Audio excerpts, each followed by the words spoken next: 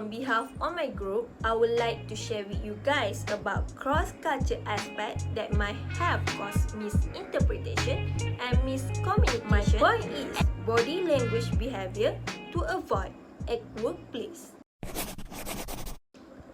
Today, when you enter an interview, it only takes a few seconds for your interviewer to form their opinion of you. Your body language in that first meeting is a key indicator of your personality for your interviewer.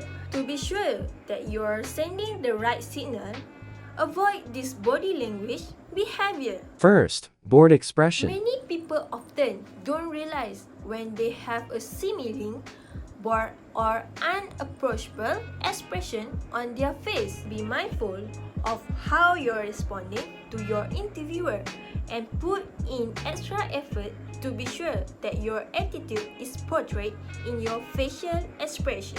Second, poor handshake. Your handshake is commonly evaluated by interviewers and it can say a lot about your temperament. There are two types of handshake. Firstly, a weak handshake may imply that you are a more passive person. Secondly, a strong handshake may prove that you are too aggressive person. To show assertiveness, keep your handshake firm and brief.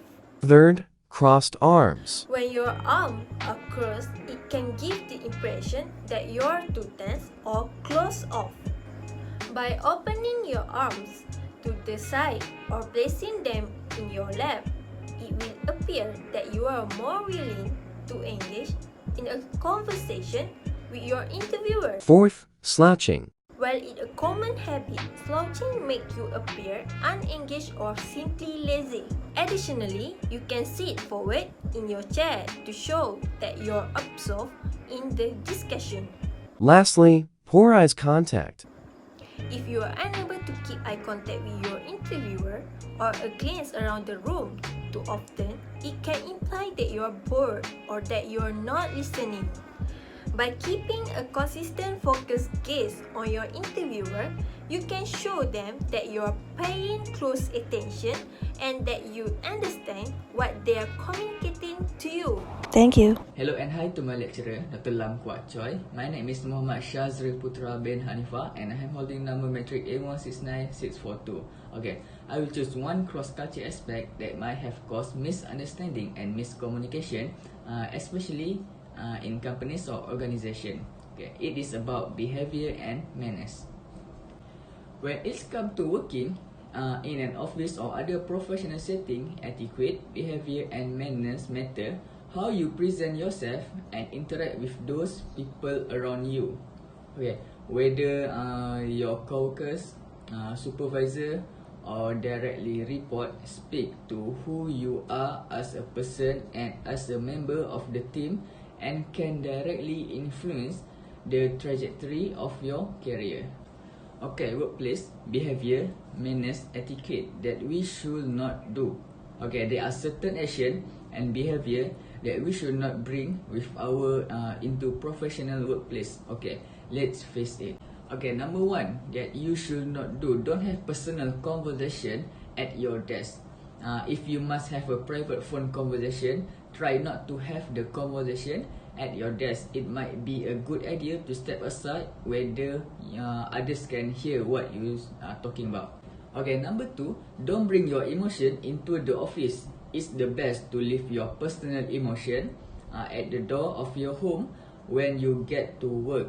If you truly can't focus on your work because something has happened, it's probably a better idea to take some personal time or take a leave. The last one, don't gossip about fellow coworkers or your boss. Gossiping is one of the major sins of office work and please just don't do it. Gossiping can portray you as someone who can be trusted, which won't help you reach your professional goals. Okay, besides, there was other tips of good workplace manner. Okay, firstly, do arrive early, where you should show up yourself 15 minutes early. Number two, say please and thank you if you are asking and someone does something to you. Okay, as an example, can you please teach me how to solve this problem, and thank you for your time. Okay, number 3, don't check your phone in a meeting or when someone is speaking to you.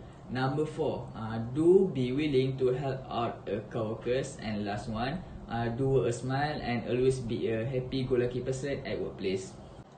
Okay, I think that's all I can present and talk about behavior and manners. And thank you so much.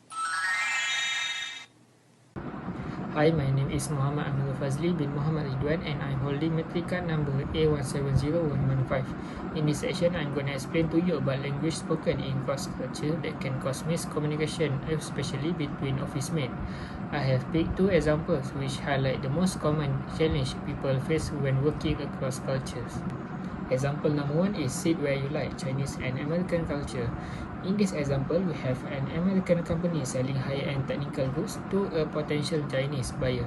The evening after the tour, the American hosts the Chinese delegation for a dinner at a local restaurant.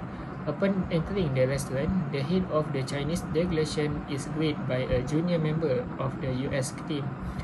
He asks where he should sit, to which he is told to sit where you like. The next day, the Chinese delegation left the USA without signing any contract. Days later, the US team received word that the Chinese felt humiliated and were reconsidering the business relationship.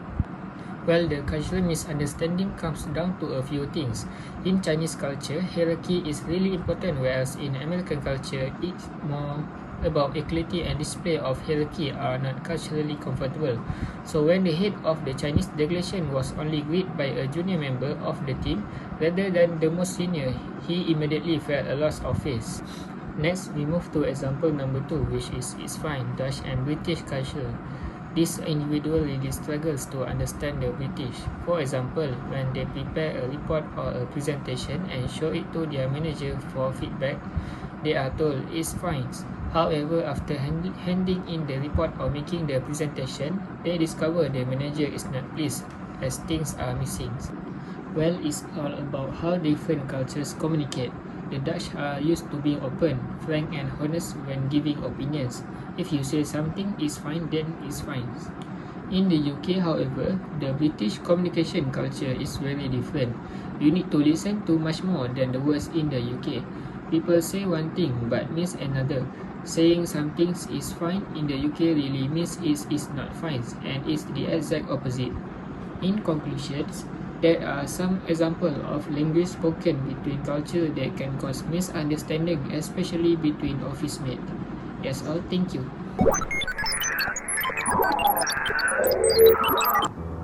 Culture also have different nonverbal ways of delivering and interpreting information.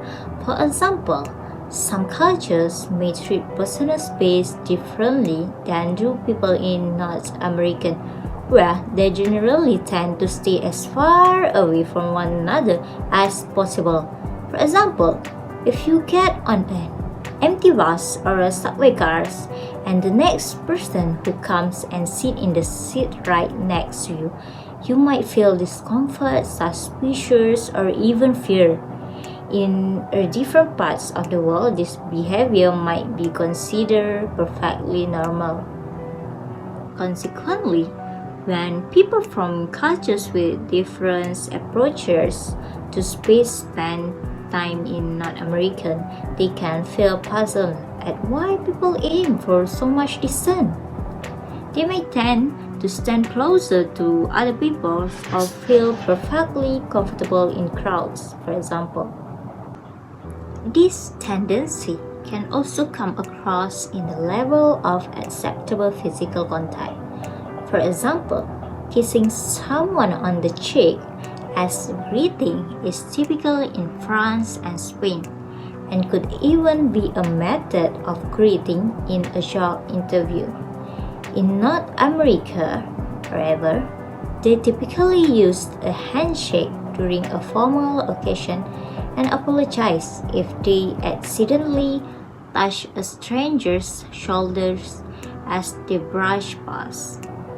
In contrast, Japanese culture uses a non-contact form of greeting, the bow, to demonstrate respect and honor. communicating with someone who has a different native language or accent than you do, avoid using slang terms and be conscious about speaking clearly. Slow down and choose your word carefully.